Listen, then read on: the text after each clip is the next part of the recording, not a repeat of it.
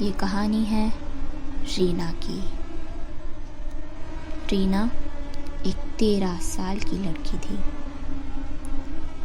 एक बार वो अपने भाई के साथ एक किताब की दुकान पर जाती है। उस किताब की दुकान में बहुत तरह की किताबें, पुरानी, नई, कुछ दिलचस्प किताबें तो कुछ प्यार भरी कहानियाँ थी। पर वहाँ एक किताब जिसने रीना के ध्यान को आकर्षित किया, वो एक बहुत ही पुरानी और बहुत ही अजीब सी किताब थी। रीना बार बार न चाहते हुए भी उसी की ओर आकर्षित हो रही थी। अंत में उसने यह निर्णय लिया कि अब वो वही किताब खरीदेगी। सचिन ने भी एक दो बच्चों की कहानियाँ वाली किताब खरीद ली और वे दोनों वापस घर लौट आए। जब रीना उस किताब को अपने घर लाई तब वह दिन रात, सुबह शाम वह किताब पढ़ती रहती। कभी बिस्तर पर बैठकर, कभी पलंग पर बैठकर। उसे सुबह शाम किसी चीज़ की कोई भनक नहीं रहती। वो बस हमेशा वो किताब हाथ में लिए उसको पढ़ती रहती थी। अब धीरे धीरे रीना का मूड चिड़चिड़ा सा होने लगा। अब न उसे किसी से बातें करना पसंद आता, ना ही अपने परिवार, अपने दोस्तों के साथ समय बिताना। ना उसका पढ़ाई में मन लगता, ना ही किसी और चीज़ में। अब वह दिन रात दुखी सी रहती, किसी से बात नहीं करती और हर बात पर उसे गुस्सा आ जाया करता था। रीना का यह व्यवहार उसके माता पिता को, उसके दोस्तों को, उसके स्कूल के टीचर्स सबको दिख रहा था।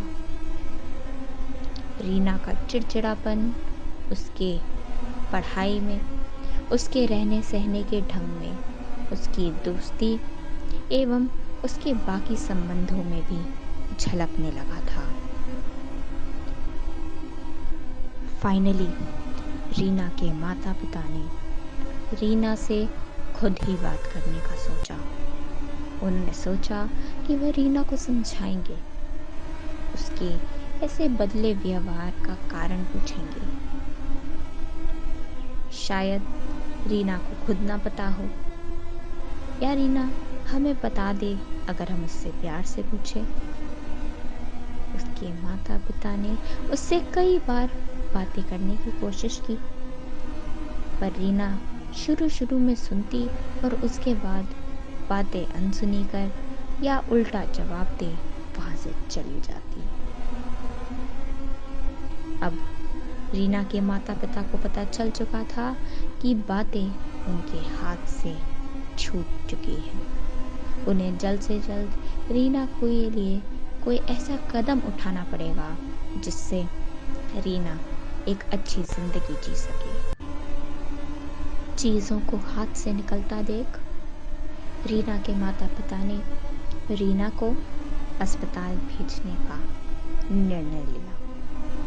वो भी किसी साधारण अस्पताल नहीं, बल्कि एक मेंटल हॉस्पिटल भेजने का फैसला किया। वे जान गए थे कि रीना अब अपने आप में नहीं है। वह अपने आप ये सब नहीं कर रही है।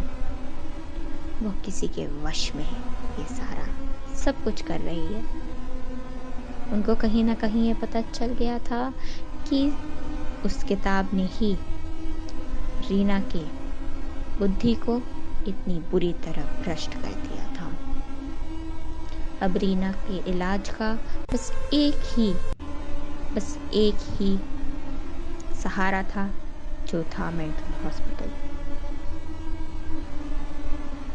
तब से लेके आज तक रीना उस मेंटल हॉस्पिटल के एक ही कमरे में बंद है।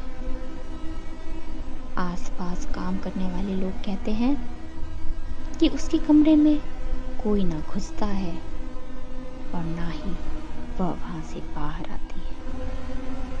उनका ये भी कहना है कि उसने अपने कमरे की खिड़कियों पर न्यूज़पेपर लगाकर बाहर से आने वाली या अंदर से बाहर जाने वाली सभी आवाज़ों को रोक दिया। फिर भी वहाँ काम करने वाले लोगों को कभी तो उसके अचानक से हंस पड़ने की आवाज़, कभी उसके रोने की आवाज़, कभी डर के चिल्लाने की आवाज़ आती रहती है। माहौल तो ऐसा हो गया है कि उसके आसपास के रूम्स में भी किसी पेशेंट को भर्ती नहीं किया जा रहा। ऐसा सा लगता है जैसे वो एक कठपुतली सी बन के रह गई है, जिसको वो शैतानी आत्मा अपने इशारों पर नचाती है। जब बोलो हंसने के लिए तब वो हंसेगी, जब रुलाने को बोले तो वो रो देती है। और वो कहते हैं ना, सब लोग एक जैसा नहीं सोचते।